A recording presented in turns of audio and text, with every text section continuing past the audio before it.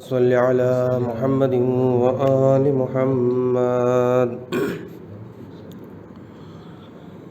أعوذ بالله من الشيطان اللعين الرجيم.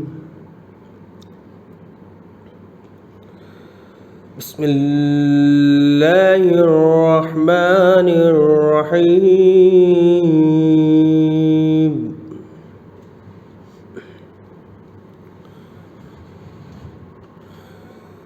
تبارك الذي بيده الملك وهو على كل شيء قدير.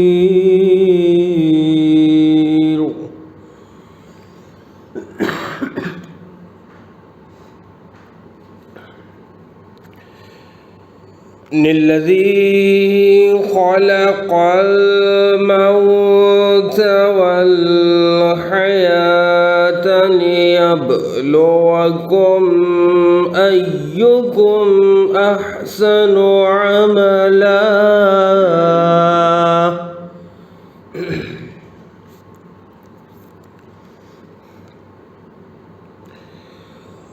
وهو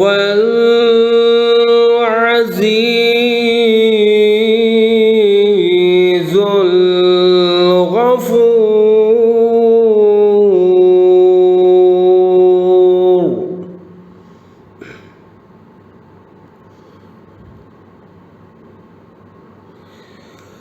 الذي خلق 7 سماوات طباقا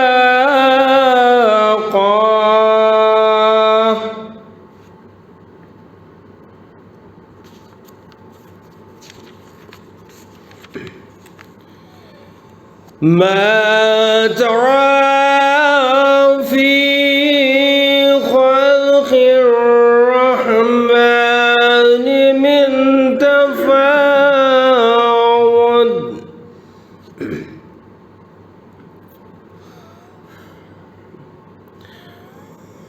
فارجع البصر هل ترى من فطور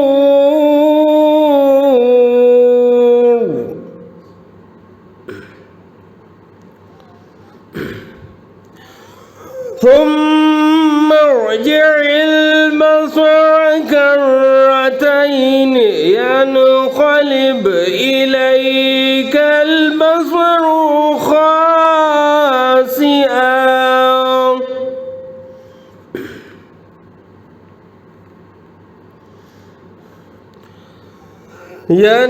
ينقلب إليك البصر خاسئا وهو حسير.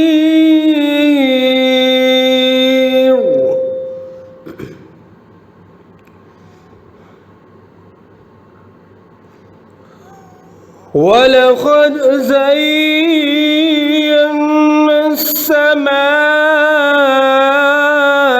الدنيا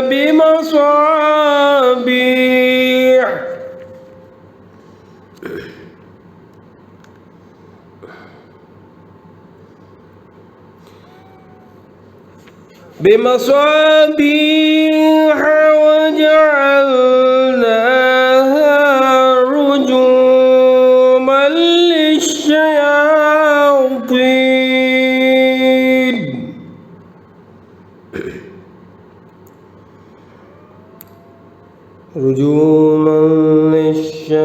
للشياطين وأعتدنا لهم عذاب السعير.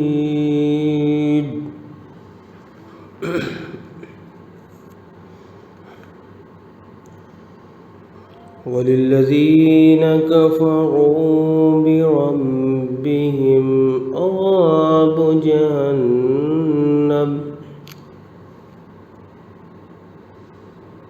وبئس المصير.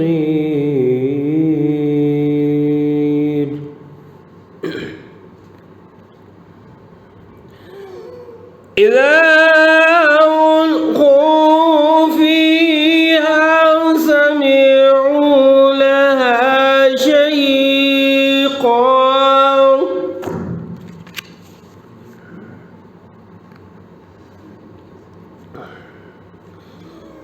فيها سمعوا لها شهيقا وهي تفور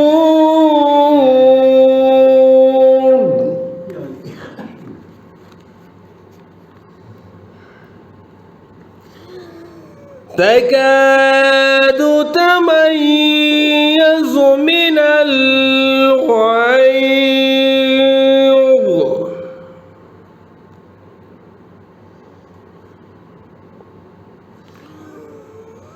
كلما ألقي فيها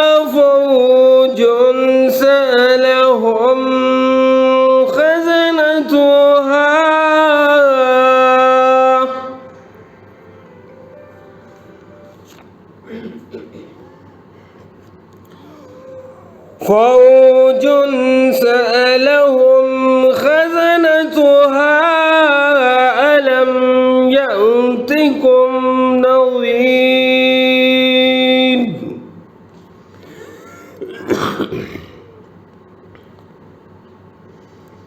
ألم يأتكم نذير صدق الله العلي العظيم وصدق رسوله النبي الكريم ونحن على ذلك من الشاهدين والحمد لله رب العالمين وصلى الله على سيدنا محمد وآله الطاهرين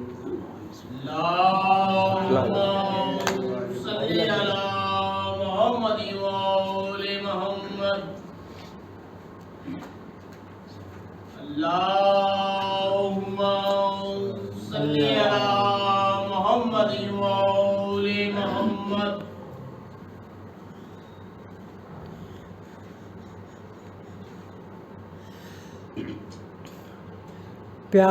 پیاسا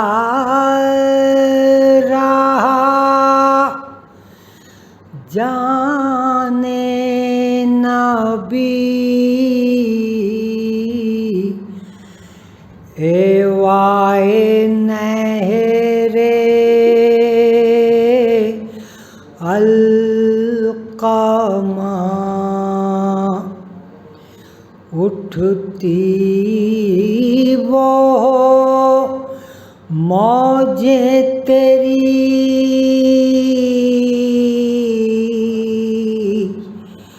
ایوائے نہرے القمہ وہ خشک لب کھا گلا شیر خدا کی آل کا وہ تیرے ہونٹوں پر تیری ایوائے نہرے القمہ طوفان اٹھانا تھا تجھے یا سوکھ جانا تھا تجھے کچھ تو نے خدمت ہی نہ کی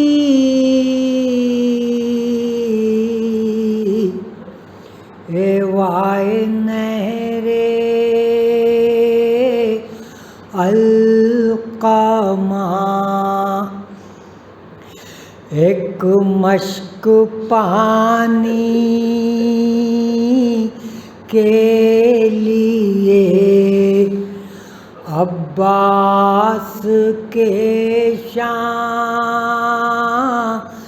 نے کاٹے ندی لہو کی بہہ گئی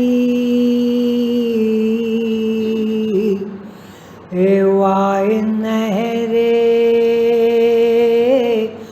القامہ، قبضے میں تیرے آب ہو اور پیاس سے بے تاب ہو، شہ کے چمن کی ہر کلی اے وائے نہر القامہ، اشک سکینہ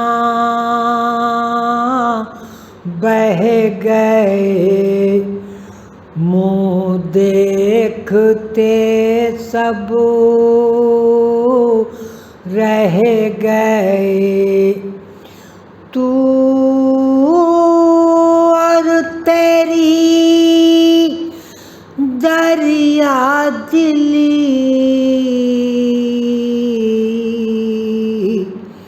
اے وائے نہر القامہ، یہ کون سا دستور تھا، مہمان کتنی دور تھا، کیا پاؤں میں زنجیر تھی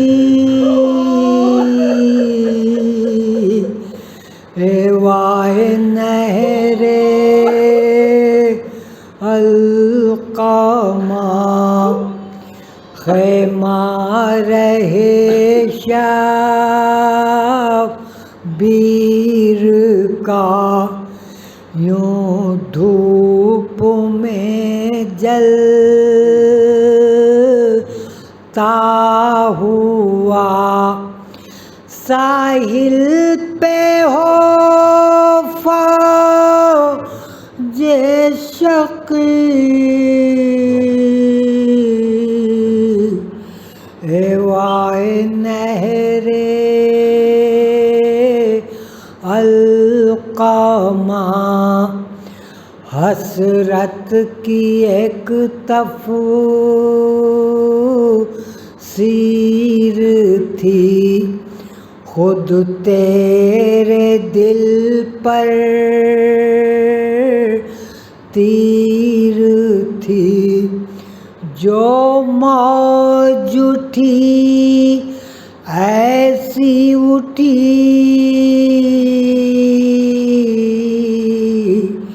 اے وائے نہر القامہ، آتا ہے اس کو یاد جب وہ ہو کاروان تشنا لب، ہے نجم کا نوحہ یہی اے وائے نہر القامہ، اے وائے نہر القامہ، اے وائے نہر القامہ۔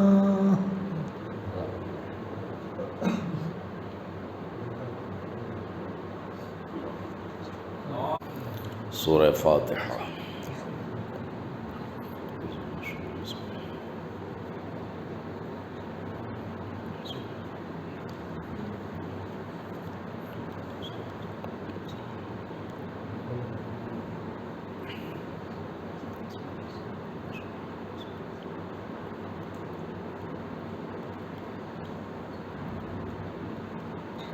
اعوذ باللہ من الشیطان الرجیم بسم اللہ الرحمن الرحیم الحمد للہ رب العالمین بار الخلائق اجمعین والصلاة والسلام علی سیدنا و نبینا و شفیع ذنوبنا و حبیب قلوبنا و طبیب نفوسنا مولانا و مقتدانا بالقاسم محمد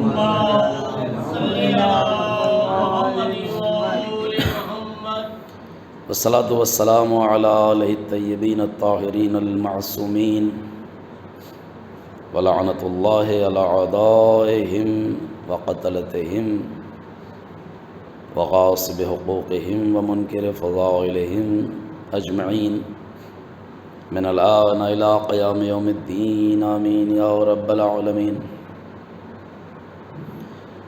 اما بعد فقد قال ابو عبد اللہ الحسین انما خرجت لطلب الاصلاح فی امت جدی واريد ان امر بالمعروف وانهى عن المنكر واصير بسيرة جدي وابي علي بن ابي طالب صلوات بر محمد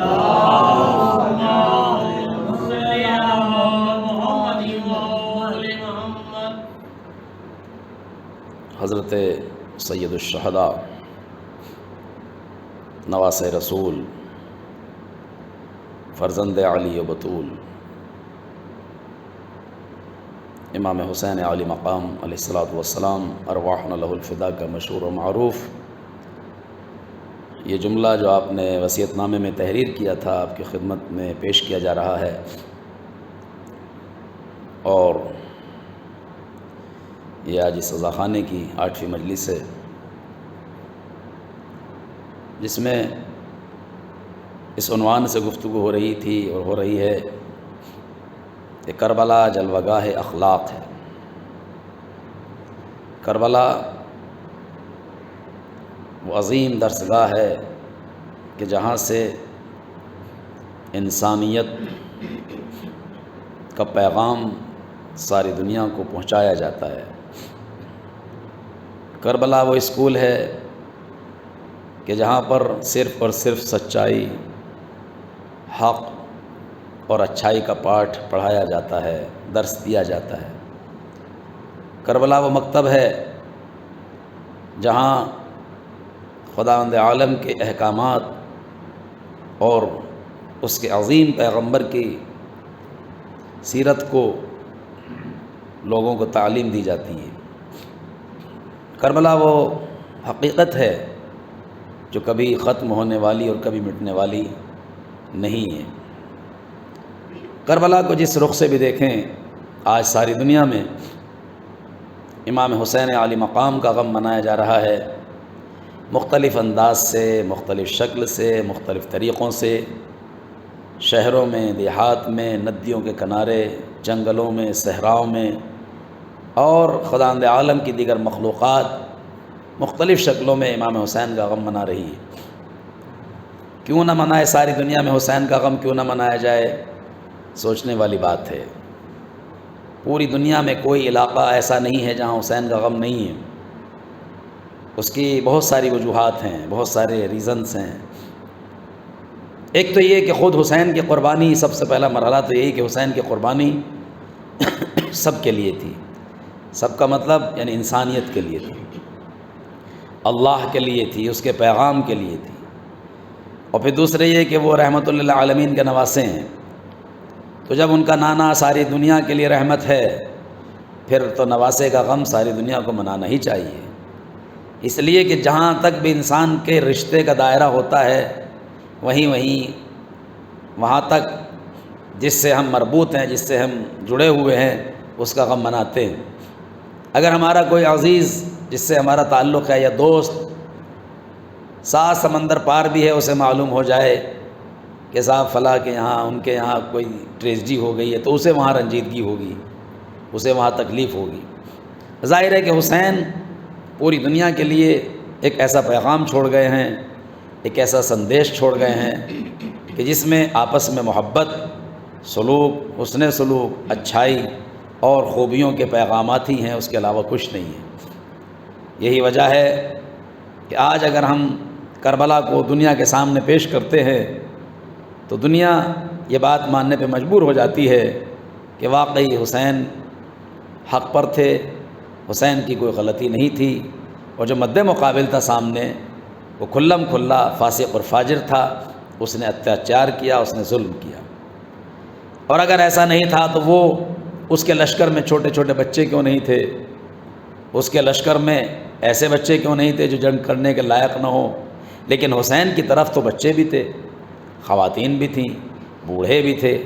بوڑھے لڑنے کے لیے نہیں جاتے ہیں، خواتین لڑنے کے لیے نہیں جاتی ہیں، بچے لڑنے کے لیے نہیں جاتے ہیں، لیکن اگر یہ تھے تو اس بات کا پیغام ہے کہ یہ سب حق پر جمع تھے، اور حق کے لیے انسان کسی بھی عمر کا ہو، کسی بھی صنف کا ہو، اپنے گھر سے باہر جا سکتا ہے۔ بہرحال آج 8 محرم ہے، بات چل رہی ہے کربلا جلوگاہ اخلاق کی۔ اخلاقیات میں بہت ساری چیزیں میں نے آپ کی خدمت میں پیش کی، صلہ رحم، دشمن کو معاف کرنا، مہمان کا کیسے استقبال کیا جانا، اور انسان کے نفس کا صاف ستھرا ہونا، اس کی تعلیم و تربیت کا۔ آج کی جو گفتگو ہوگی وہ اخلاق کے پہلو سے اس عظیم پہلو کی طرف ہوگی جو شاید آج کی تاریخی کے لیے مناسب اور بہتر ہو، وہ ہے وفا۔ انسان کے اخلاق میں ایک اہم پہلو وفا کا بھی ہے کہ وہ وفادار ہو۔ انسان اگر وفادار ہے تو اس کی زندگی، اس کے کیریکٹر کو، اس کے جو صفات ہیں اس کو 4 چاند لگ جاتے ہیں۔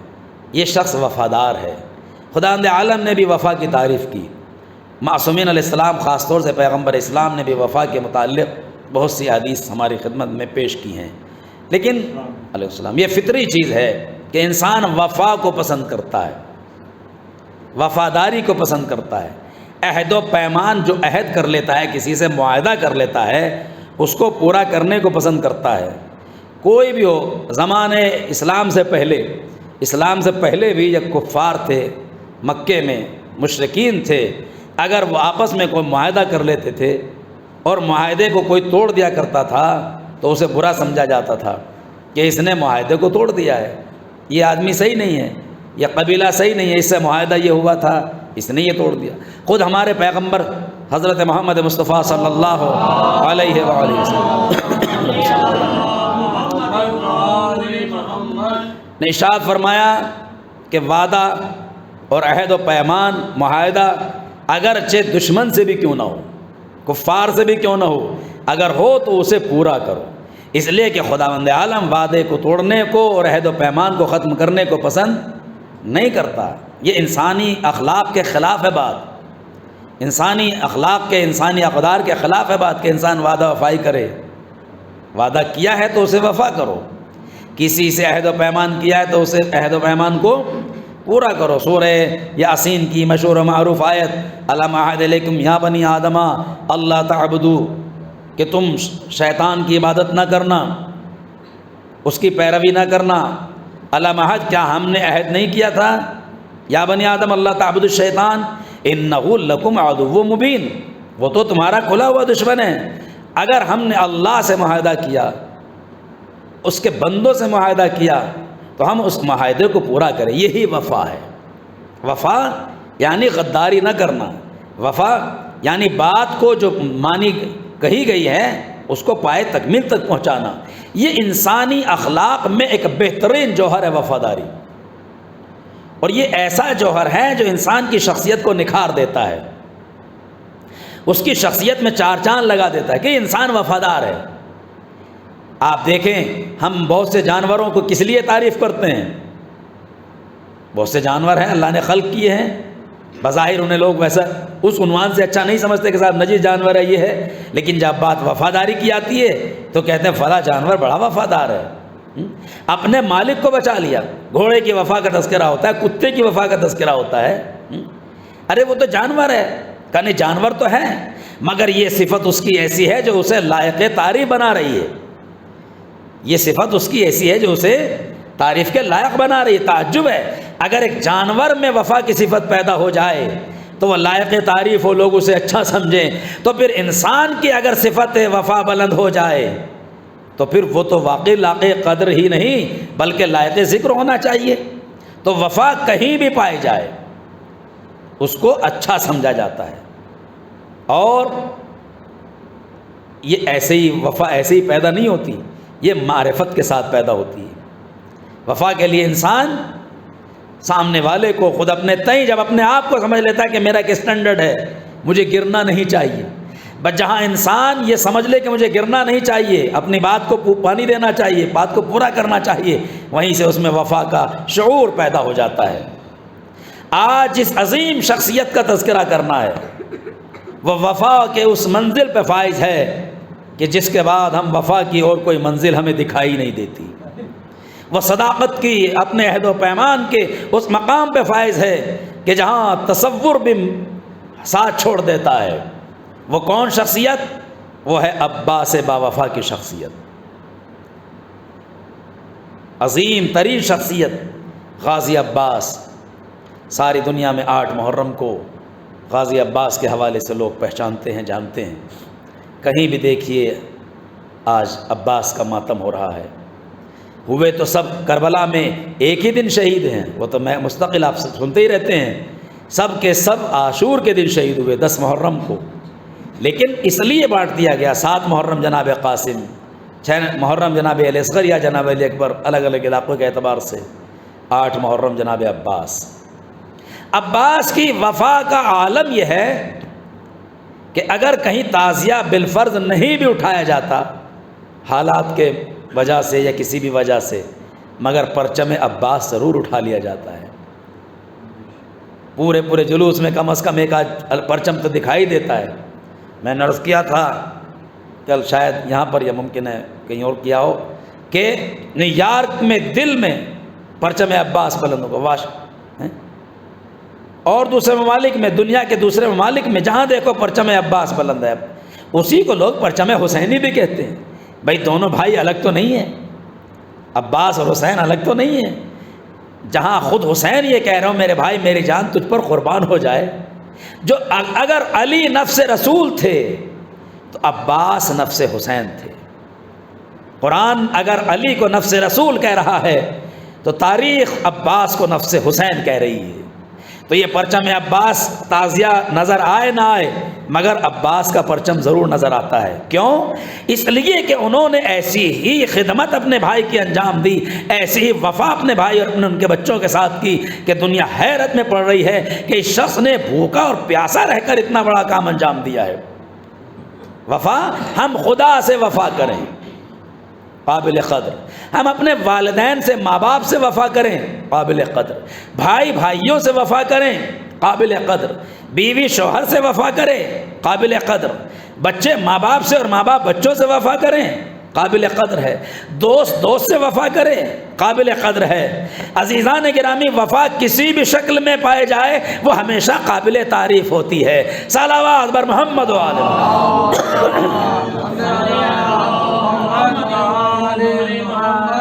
اور یہ اخلاق کربلا کا عظیم پہلو ہے کہ کربلا میں وفا ہی وفا پائی جا رہی ہے۔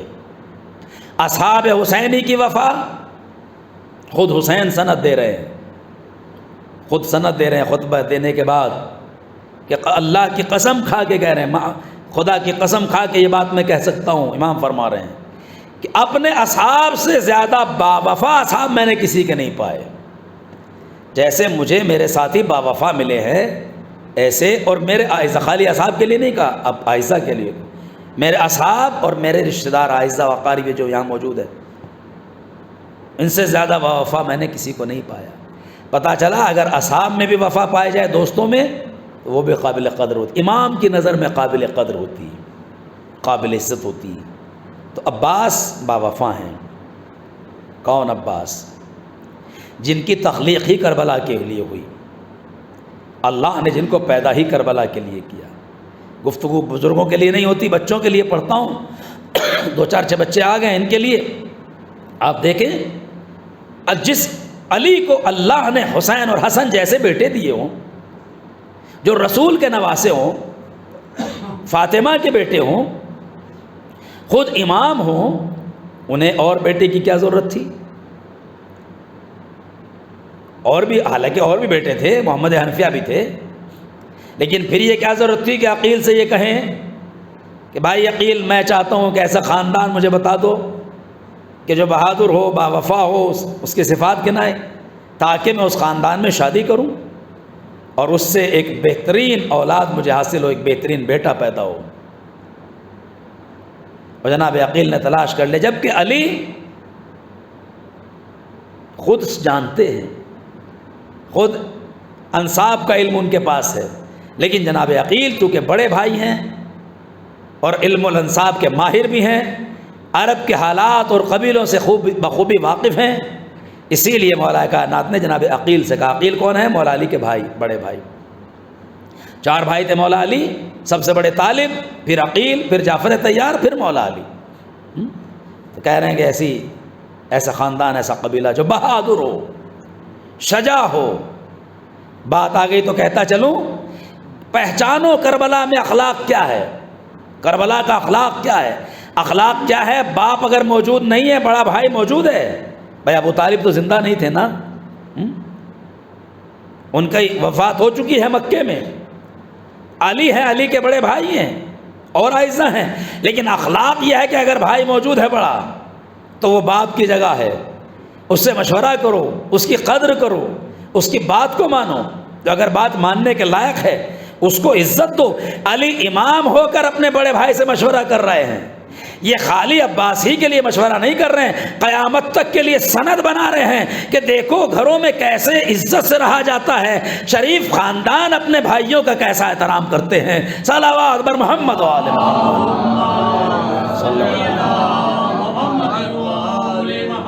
یہ ہے کربلا جلوہ گاہ اخلاق۔ حسین نے بتایا کیسے اخلاق کی بلندیوں تک ہم پہنچ سکتے ہیں۔ اور پھر جناب عقیل نے تلاش بھی کر لیا، وہ خاندان بنی کلاب کے لوگ، وہاں پر حزام جو قبیلے کا ایک معزز شخص ہے، اس کی بیٹی ہے جس کا نام ہے فاطمہ۔ بتا دیا گیا علی سے، یا علی حزام کی بیٹی ہے فاطمہ، وہ قبیلہ بہت اچھا ہے۔ اور پھر خود جناب عقیل رشتہ بھی لے کے گئے، اور جب رشتہ لے کے گئے ہیں تو بڑی خوشی سے اس نے قبول بھی کر لیا۔ ظاہر ہے کہ جب وہ رشتہ بڑے خاندانوں سے آتا ہے، بڑے گھرانے سے آتا ہے، تو پھر کیوں نہ اسے قبول کر لیا جائے۔ میں کہوں گا خالی خاندان ہی بڑا نہیں ہے، یہ تو اتنا بڑا ہے کہ جہاں فرشتے گہوارہ جھلاتے ہیں، جس کے دروازے پر رسول آ کے سلام کرتے ہیں، جن کے لیے آئے تطہیر نازل ہوئی، سورہ دہر نازل ہوا، آئے انما نازل ہوئی، یہ سب چیزیں، یہ گھرانہ ہی عظیم ہے۔ اور نہیں جملہ کہہ دوں، علی کا نام کے معنی ہی بلند کے ہیں، تو جس کا رشتہ آیا ہے وہ نام کا بھی بلند ہے، کردار کا بھی بلند ہے، عظمت کا بھی بلند ہے۔ صلوات بر محمد و آل محمد۔ اور جب رشتہ ہو گیا، شادی ہو گئی، جناب فاطمہ بنت حزام علی کی ڈیہڑی پہ آ گئی۔ ظاہر ہے کہ پوری تفصیل مجھے پڑھنا ہی نہیں ہے، بس نہ اس کا موقع ہے نہ اس کی ضرورت ہے، اور موضوع سے خارج بھی ہے۔ جو مجھے موضوع کی گفتگو ہے وہ آپ تک پہنچانا ہے۔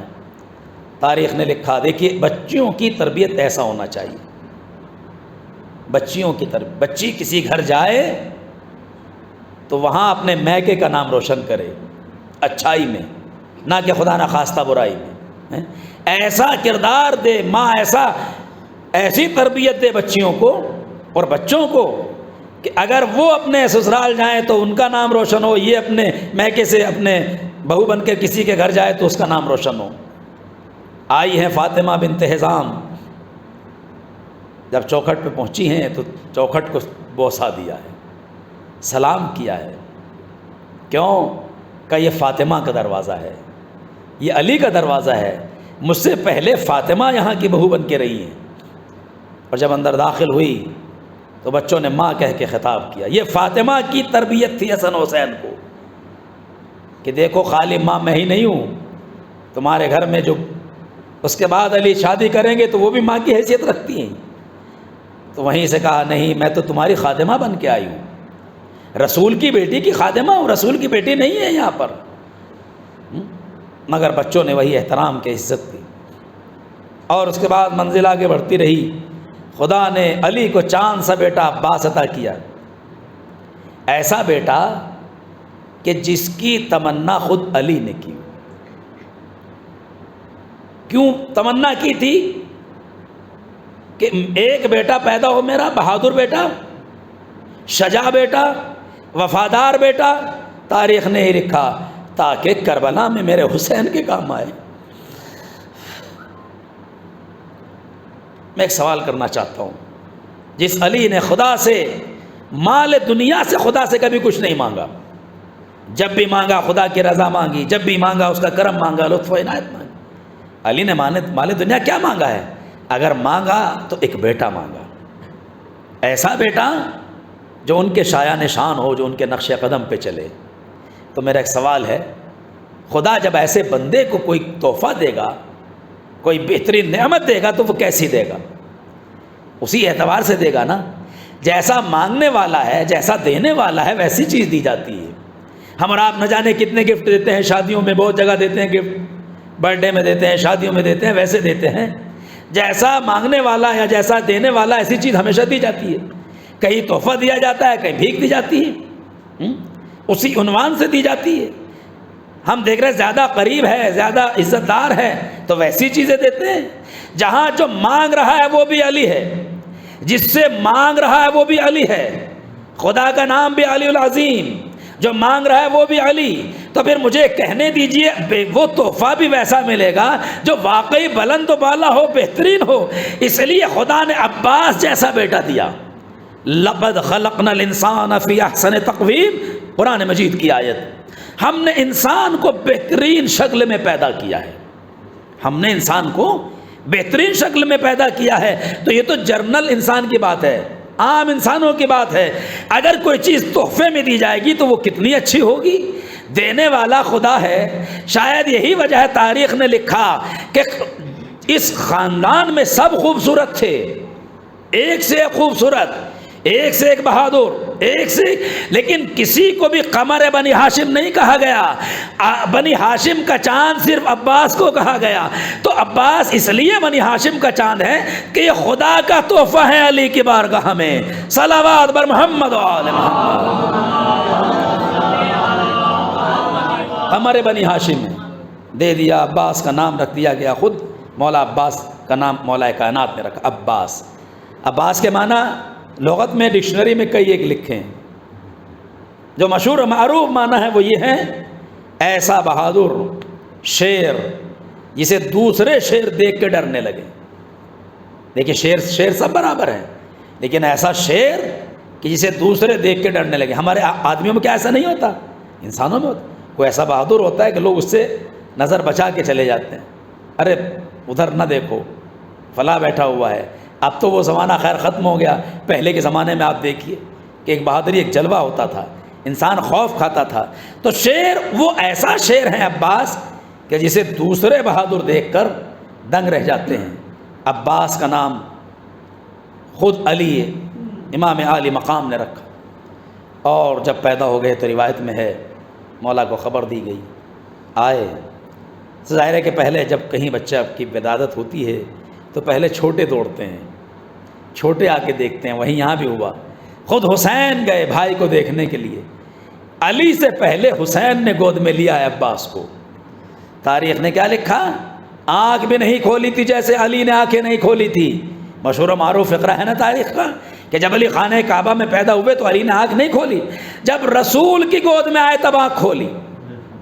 علی نے تب آنکھیں کھولی جب رسول کی گود میں آئے، یعنی سب سے پہلے رسول کا چہرہ دیکھا تھا علی نے۔ بھائی جیسے علی رسول کے لیے تھے ویسے ہی عباس حسین کے لیے ہیں۔ بس جیسے ہی بھائی نے گود میں لیا بھائی نے آنکھیں کھول دی، بھائی نے آنکھیں کھول دی۔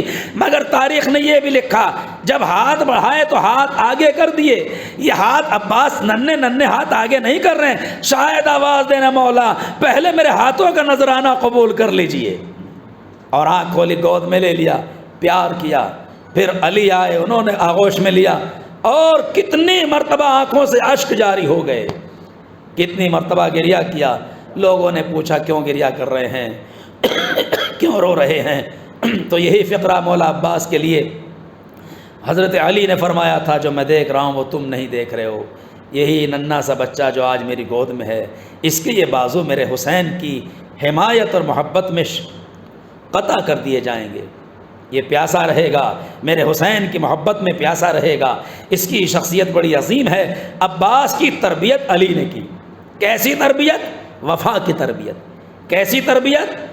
معرفت حسین کی تربیت، کہ دیکھو ہمیشہ خود ماں نے فرمایا، سمجھایا، میرے لال اگرچہ رشتے کے اعتبار سے تو تم حسین کے بھائی ہو، اس لیے کہ باپ ایک ہے، ماں الگ الگ ہیں، مگر کبھی بھائی تصور بھی نہ کرنا، سوچ بھی نہ لینا، وہ آقا ہے، تم غلام ہو، غلام کی طرح بن کے رہنا۔ یہ ہے درسگاہ کربلا میں اخلاق کا بہترین پہلو، کہ رشتے میں بھائی ہوتے ہوئے ہمیشہ آقا سمجھا، اپنے کو غلام سمجھا۔ یہ وفا کی بہترین مثال ہے، یہ لاجواب شاہکار ہے۔ کربلا درسگاہ اخلاق حسینی ہے۔ منزل آگے بڑھتی چلی گئی۔ عباس کی تربیت، عباس کی عظمت کو آپ دیکھیں۔ عظمت عباس ہم اور آپ کیا سمجھیں گے؟ ہماری سمجھ میں آ ہی نہیں سکتا ہے۔ ہم اگر سمجھنا چاہتے ہیں تو معصومین کا سہارا لیں۔ معصومین بتائیں گے عباس کا مقام کیا ہے۔ ہم اور آپ زیارت پڑھتے ہیں، غازی کی زیارت کس امام کی تعلیم کرتا ہے؟ امام جعفر صادق علیہ الصلوۃ والسلام، چھٹے امام۔ یہ زیارت جو ہم پڑھتے ہیں چھٹے امام کی زیارت ہے۔ مولا فرماتے ہیں السلام علیک ایھا العبد الصالح المطیع للہ ولرسولہ ولامیر المؤمنین والحسن والحسین، میرا سلام ہو اس عبد صالح پر کہ جو فرما بردار ہے اللہ کا، جو فرما بردار ہے رسول اللہ کا، جو فرما بردار ہے امیر المؤمنین کا، جو فرما بردار ہے امام حسن مجتبیٰ کا، جو فرما بردار ہے امام حسین کا۔ عبد صالح کہا، عبد معنی بندہ، غلام۔ عبد ہونا کسی انسان کے لیے بہترین شرف ہے، عبد ہونا۔ السلام علیکہ ایھا العبد الصالح، اے عبد صالح، نیک بندے، آپ پر میرا سلام ہو۔ عبد کتنی بڑی نعمت ہے انسان کے لیے، عبد ہونا کتنا بڑا ٹائٹل ہے انسان کے لیے، یہ ہم نہیں بتائیں گے، قرآن بتائے گا۔ اپنے حبیب کو خدا نے کیا کہا ہے؟ سبحان الذی اسریٰ بعبدہ، سورہ اسریٰ بنی اسرائیل 15ویں پارے کی ابتدائی آیات۔ سبحان الذی اسریٰ بعبدہ لیلا من المسجد الحرام الی المسجد الاقصیٰ، پاک و پاکیزہ ہے وہ ذات جو لے گئی اپنے بندے کو راتوں رات مسجد حرام سے مسجد اقصیٰ تک، لنریہ من آیاتنا، تاکہ ہم اسے اپنی نشانیاں دکھلائیں۔ تو قرآن بھی جب پیغمبر اسلام کو عبد کہہ کے خطاب کر رہا ہے تو کہنے دیجئے کسی انسان کے لیے بندہ ہونے سے بڑا شرف کوئی نہیں ہے۔ جو لفظ رسول کے لیے استعمال کیا گیا تھا قرآن میں، وہی چھٹے امام کی زیارت میں وہی لفظ عباس کے لیے ہے۔ صلوات بر محمد و آل مطیع پروردگار، مطیع رسول، مطیع امام۔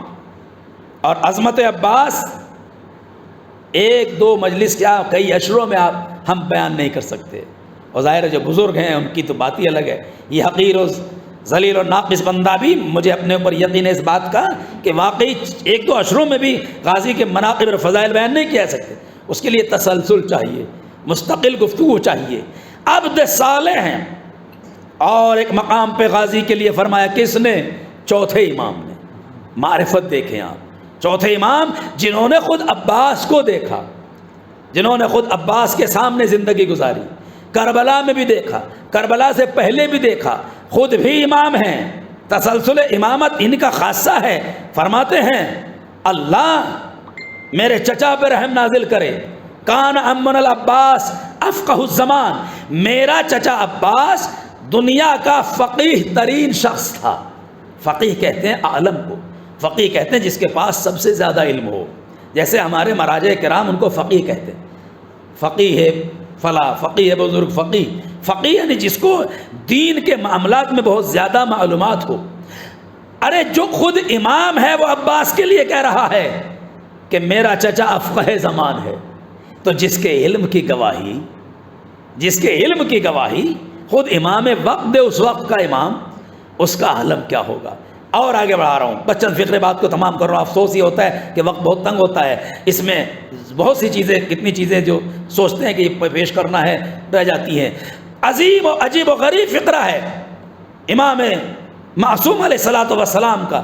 فرماتے ہیں قیامت کا دن جب آئے گا، انبیاء ہوں گے، صالحین ہوں گے، شہداء ہوں گے، یہ بزرگ افراد ہوں گے اللہ کے بندے، جب میرے چچا عباس کے مقام اور عظمت کو دیکھیں گے تو فخر کریں گے، رشک کریں گے، اور انبیاء بھی یہ کہیں گے، صالحین اور صدیقین بھی یہ کہیں گے، کاش یہ مقام ہمیں مل جاتا، کاش یہ مقام ہمیں مل جاتا۔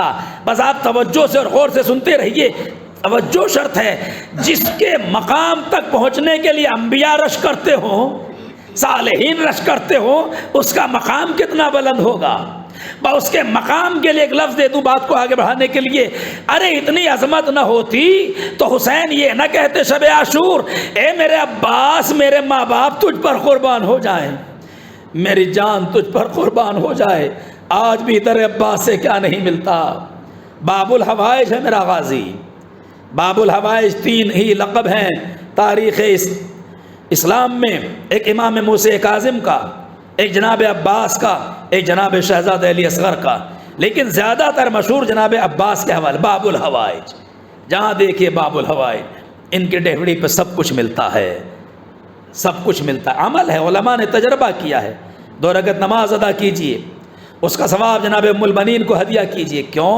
اس لیے کہ اس ماں نے پالا ہے اس غازی کو، یہ ماں کی تربیت تھی۔ ثواب ام البنین سلام اللہ علیہ کو دیجیے، پھر تسبیح پڑھیے، اس کا ثواب بھی جناب ام البنین کو بھیجیے، اور پھر 133 مرتبہ مشہور معروف علماء ہماری ماں بہنیں اکثر و بیشتر یہ عمل کرتی ہیں بزرگ، اور پھر 133 مرتبہ 133 کہیے یا کاشف الکرب عن وجہ الحسین اکشف کربی بحق اخیک الحسین، اے حسین کے چہرے سے پریشانی کو دور کرنے والے، اپنے بھائی حسین کے صدقے سے میری بھی پریشانی کو دور فرما۔ چھوٹی سی تسبیح ہے، چھوٹا سا عمل ہے، اور پھر دیکھیے رزلٹ آتا ہے کہ نہیں آتا۔ اسی مہینے کا، اسی ابھی 2-3 پہلے ہی کا میں واقعہ بتا دوں اور وہیں سے زحمت تمام کر دوں گا آپ کی۔ اتوار کا واقعہ ہے، موقب حسینی کربلا میں جگہ جگہ پر موقف بنا رہتا ہے، یعنی جہاں پر کھانا کھلایا جاتا ہے، زائرین کی خدمت کی جاتی ہے۔ زیادہ تر عربین میں ہوتا ہے لیکن اس زمانے میں بھی ہوتا ہے۔ ایک شخص آیا ایک موقف پر، ایک جگہ پر، اور آنے کے بعد اس نے روتے ہوئے وہاں کا جو ذمہ دار تھا اسے کچھ رقم دی، اچھی خاصی رقم دی، اور اس نے کہا کہ آپ اس کو یہاں پر جو بھی آپ خرچ کرتے ہیں، جو بھی آپ مولا عباس کے نام پر، امام حسین کے نام پر، شہداء کے نام پر، اس میں اس کو بھی شامل کر لیجئے۔ رو رہا ہے، دے رہا ہے، یہ پوچھتا ہے کہ بھائی تم نے سب موقعوں کو چھوڑ کر اسی کو منتخب کیوں کیا؟ وہ رونے لگا، کہ میرے ساتھ رات یہ واقعہ پیش آیا۔ کہ کیا ہوا؟ کہ میرا چھوٹا سا بچہ ہے، اس کو دکھائی نہیں دیتا، نابینا ہے، بچپن سے نابینا ہے۔ اس کی ماں، میری بیوی یعنی اس بچے کی ماں بہت روتی تھی، اتنی روتی تھی کہ جناب علی اصغر تک توسل کرتی تھی، کہتی تھی مولا حسین آپ کا بھی چھوٹا سا بچہ تھا، مجھے اس بچے کو شفا دے دو۔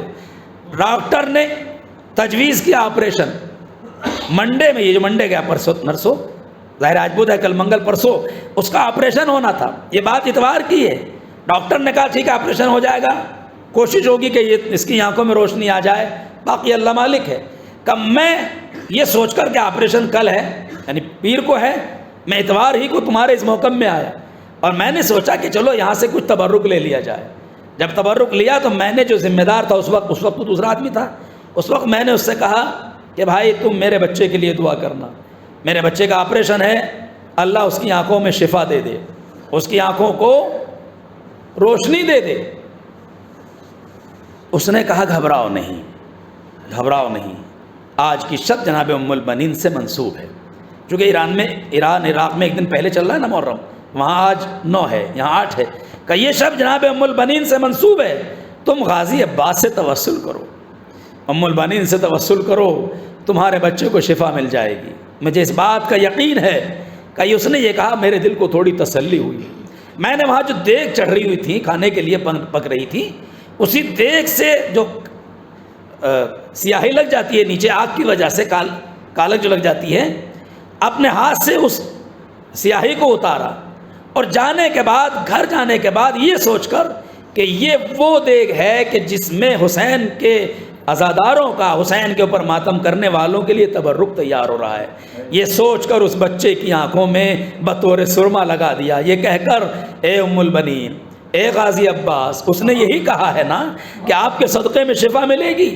کہا میں نے لگا دی، ظاہر ہے کہ رات کا وقت تھا، ہم سب سو گئے، صبح جو اٹھے تو عجیب کیفیت دیکھی، بچے کی آنکھوں میں روشنی تھی، بچہ غور سے دیکھ رہا تھا، ہم بھاگے ہوئے ڈاکٹر کے پاس گئے جہاں آپریشن ہونا تھا، اور اس سے کہا دیکھیے بچوں کو دکھائی دینے لگا ہے۔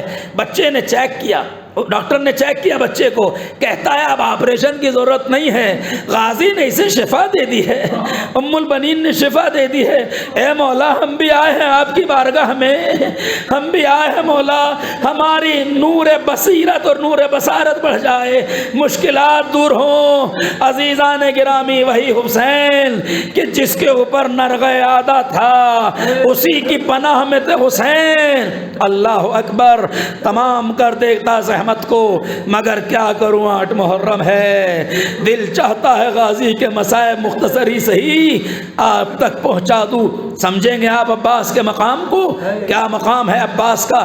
ایک شاعر نے کہا، شعر کہے عربی کے، اس مفہوم مصرے کا مفہوم یہ تھا، عباس وہ ہیں کہ جن کی پناہ میں خود حسین آئے ہیں، جن کی پناہ میں خود قد استجار بہ الحسین، جن کی پناہ میں حسین آئے۔ ایک مصرع لکھا، دماغ میں یہ بات آئی، تو نے غلط لکھ دیا، کفر ہے، حسین عباس کی پناہ میں، یہ تو کفر ہے۔ لیٹ گیا، نصف شب ہوئی، 2-3 دن گزر گئے، بڑا پریشان ہے، سوچ رہا ہے کہ اس کے بعد کیا کروں، کچھ سمجھ میں نہیں آ رہا ہے۔ خواب میں مولا امام حسین آتے ہیں، کہتے ہیں شعر پورا کیوں نہیں کرتے ہو؟ کہا مولا کیا پورا کروں، میری تو خود سمجھ میں نہیں آ رہا، میں نے غلط لکھ دیا، کفر بک دیا۔ امام حسین کی آنکھوں میں آنسو آ گئے، فرمایا نہیں تو نے غلط نہیں لکھا، ارے خالی میں ہی اپنے بھائی کی پناہ میں نہیں تھا، زینب بھی عباس کی پناہ میں تھی، میرے آل و اطفال بھی عباس کی پناہ میں تھے، یہی تو وجہ تھی نا عزیزان گرامی، سب کو اجازت دے دی، عباس کو اجازت نہ دی، بلکہ جب بھی آتے تھے کہہ دیتے تھے بھیا تم تو میرے لشکر کے علمدار ہو، ارے تم شہید ہو جاؤ گے تو ان بچوں کا کیا ہوگا؟ جزاکم ربکم خیر الجزا۔ بار بار حسین کی خدمت میں آتے ہیں عباس، آقا مقتل کی اجازت دے دیجئے۔ حسین نے کہا تم میرے لشکر کے علمدار ہو، فنظر یمینا ونظر شمالا، عباس نے داہنے دیکھا بائیں دیکھا اور ایک فقرہ کہا، آقا وہ لشکر کہاں ہے جس کا میں علمدار ہوں، جس کا میں علمدار ہوں؟ یعنی مقصد یہ تھا سب تو شہید ہو گئے ہیں، اب میرا سینہ تنگ ہو رہا ہے، مجھے اجازت دے دیجئے۔ اختصار کے ساتھ عرض کروں گا، عباس نے جیسے یہ کہا فرمایا اگر جانا چاہتے ہو تو سکینہ کے لیے پانی کا انتظام کر دو۔ ارے بچی بھی سن رہی تھی، لاؤ سکینہ مشکیزہ لے کے آؤ۔ سکینہ دوڑی ہوئی خیمے میں گئیں، چھوٹا سا ایک مشکیزہ اٹھایا، خیمے کے باہر جا رہی ہیں، بچے سکینہ کو گھیرے ہوئے ہیں، میں سکینہ کہاں جا رہی ہوں؟ کہا بچوں اب نہ رو، میرا چچا پانی لینے کے لیے جا رہا ہے، تھوڑی دیر کی زحمت ہے، میرا چچا با وفا ہے، کبھی وعدہ خلافی نہیں کرتا۔ بچے چپ ہو گئے، سکینہ نے عباس کو مشکیزہ دے دیا، مشکیزہ علم میں باندھا۔ عباس جب جانے لگے تو حسین نے پھر روکا، بھیا جاؤ اپنی بہنوں سے تو رخصت ہو لو۔ حسین تو سمجھ رہے ہیں نا عباس واپس نہیں آئیں گے، عباس واپس نہیں آئیں گے، جاؤ بہنوں سے رخصت ہو لو۔ عزیز ہو گیا شہزادہ، شہزادیوں سے رخصت ہونے کے لیے جب بہنوں کو سلام کر کے باہر نکلنا چاہتے ہیں، زینب روک لیتی ہیں، بھیا رک جاؤ رک جاؤ، رک گئے۔ باپ کا نام آ گیا زبان پر، شہزادی کی، عباس کی رگوں میں خون دوڑنے لگا۔ کہتی ہیں شہزادی عباس ایک بچپن کی بات یاد آ گئی، بابا کے قریب بیٹھی ہوئی تھی، اچانک بابا نے میرے بازوؤں کو بوسہ دینا شروع کر دیا، بازو بوسہ دے رہے، بابا زار و قطار رو رہے تھے، میں نے پوچھا بابا ہر باپ اپنی بچی کو پیار کر کے خوش ہوتا ہے، آپ کیوں رو رہے ہیں بابا؟ کہ زینب تیرے بازوؤں میں رزن باندھی جائے گی۔ میں سوچا کرتی تھی جس کا عباس جیسا بھائی ہو اس کے بازوؤں میں کون رزن باندھے گا، مگر اب یقین ہو گیا میرے بازوؤں میں رزن باندھی جائے گی۔ اور وہی ہوا عزیزو، ادھر عباس گئے، مقتل کربلا میں پہنچے، فرات کے کنارے علم کو گاڑ دیا اور غازی اپنے گھوڑے کو فرات میں اتار دیا۔ غازی نے اتر گئے، مشکیزہ بڑا خشک تھا، بڑی دیر میں مشکیزہ بھرا گیا، اور جب واپس پلٹنے لگے ہیں تو تاریخ میں لکھا چلو میں پانی لیا، قریب لے گئے، سکینہ کی تصویر نظر آ گئی، چچا میں پیاسی ہوں، میں یہ کہہ کے پانی پھینک دیا۔ اے دشمنوں تم سمجھتے ہو ہم پانی پہ قبضہ نہیں کر سکتے؟ نہیں، پانی پہ قبضہ کریں، مگر حسین کے بچوں سے پہلے عباس پانی نہیں پی سکتا۔ اے نفس تجھ پر افسوس ہو، تو پانی پی لے، حسین پیاسے رہیں۔ یہ کہہ کے خیمے سے دریا سے باہر نکلے، مقتل کربلا سے خیموں کی جانب چلے۔ غضب ہو گیا، تفصیل کا بالکل وقت اور مرحلہ نہیں ہے، غضب ہو گیا، کسی ظالم نے دہنے بازو پہ وار کیا، دہنا بازو کٹ گیا، علم کو جھٹکا لگا، حسین کا دل ڈوب گیا، پھر بائیں ہاتھ میں علم پکڑ لیا، بائیں بازو کٹا، پھر علم کو جھٹکا لگا۔ اس عباس نے اپنے ران سے علم کو دبا لیا، مگر علم جھک چکا تھا۔ ارے اتنے میں عباس کی ساری کوشش یہ تھی، عباس نے 3 دعا مانگی ہیں عزیزان گرامی۔ اس وقت یہ کہا پروردگار تجھ سے میری دعا یہ ہے کہ میرے معبود مجھے خیام تک پہنچا دے تاکہ یہ پانی خیام میں پہنچ جائے۔ مگر غضب ہو گیا، جب مشکیزے پہ تیر لگا، عباس نے گھوڑے کا منہ فرات کی جانب کر لیا اور دعا کی، اے معبود اگر پانی نہیں پہنچا خیموں میں تو اب میری لاش بھی خیموں میں نہ جائے۔ ارے علم گر گیا، پانی بہ گیا، حسین نے کمر پکڑ لی، الان انکسر ظہری، اے میرے بھائی میری کمر ٹوٹ گئی۔ مجھے نہیں معلوم ٹوٹی ہوئی کمر سے حسین کیسے عباس کے لاشے پہ گئے تھے، مگر وہی ہوا، لاشا تو نہ اٹھایا، علم اٹھا لیا، اور جب خیمے کے قریب آئے تو سب سے پہلے سکینہ نے یہی پوچھا، بابا میرا چچا کہاں رہ گیا؟ بابا میرا چچا، اے میری لاڈلی تیرا چچا دریا کے کنارے سو گئے۔ سیعلم الذین ظلموا ای منقلب الہی بحق الصحرا وعبیہا وبعلہا وسع المستعد فیہا۔ پالنے والے اہل بیت علیہ السلام خصوصاً غازی عباس کے صدقے سے ہماری اس عزاداری کو قبول فرما، امام زمانہ کے ظہور میں تعجیل فرما، غازی عباس کے صدقے سے ہماری عزت و آبرو کی حفاظت فرما، ہمارے درمیان وفا محبت پیدا فرما، عزاداری کے خلاف اٹھنے والی ہر آواز کو دبا دے اور ہر ہاتھ کو منقطع کر دے، امام کے ظہور میں تعجیل فرما، ہم کو ان کے اعوان کے ساتھ مشغول یا حسین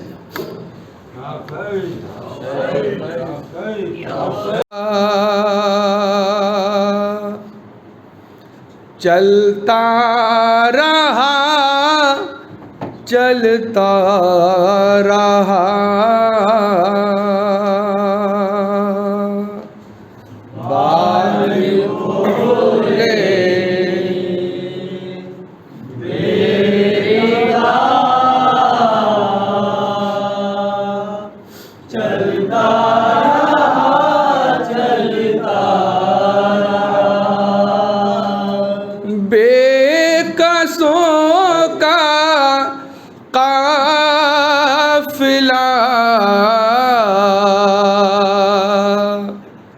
چلتا رہا چلتا رہا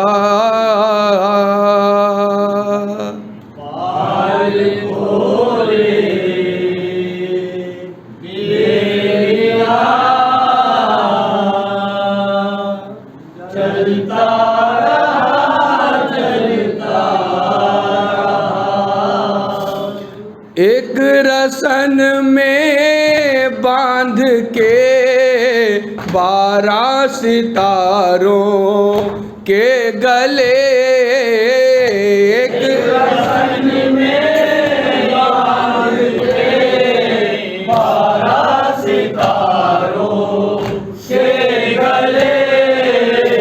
ظلمتوں کا سلسلہ چلتا رہا چلتا رہا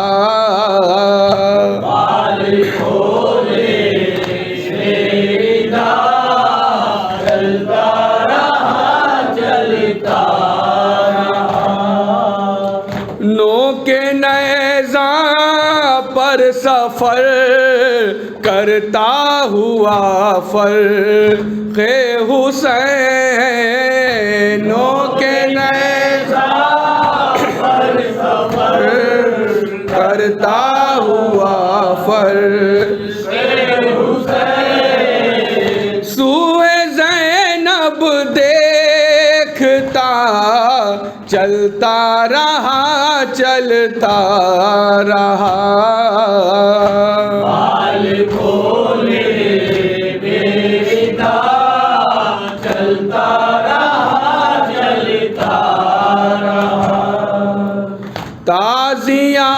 تازیانوں کی اذیت پشت پر سہتے ہوئے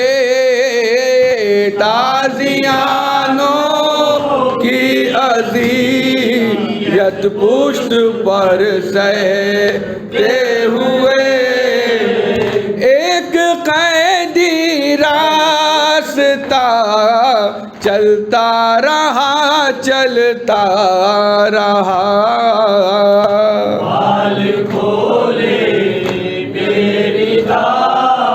چلتا رہا ایک ہجوم عام تھا کوفے کے بازاروں کے بیچ ہجوم عام تھا کوفے کے بازاروں کے بیچ اور وہ قیدی بنا چلتا رہا چلتا رہا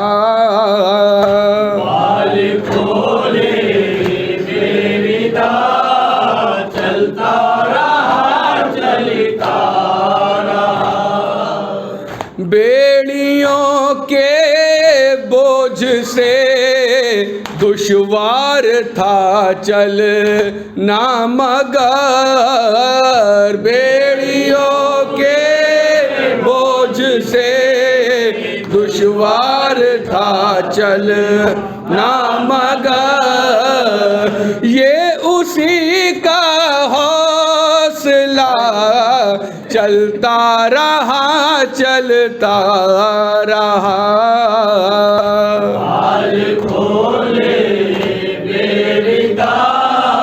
چلتا رہا چلتا رہا خون بھرے پیروں میں چھالے چور زخموں سے وقار خون بھرے پیروں میں چھالے چور زخموں سے وقار رات دن مولا میرا چلتا رہا چلتا رہا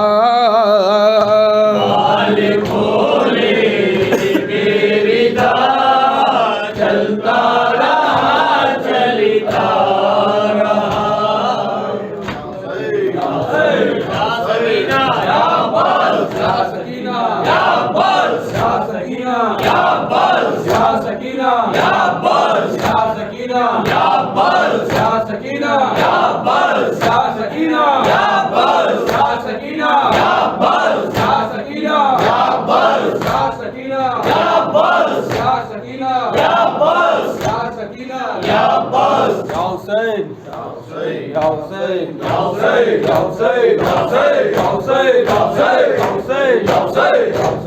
السلام عليك يا أبا عبد الله وعلى الأرواح التي هلت بفنائك عليك مني سلام الله أبدا ما بقيت وبقي الليل والنهار وجعله الله الآخر الأهد مني لزيارتكم. السلام على الحسين وعلى علي بن الحسين وعلى أولاد الحسين وعلى أصحاب الحسين.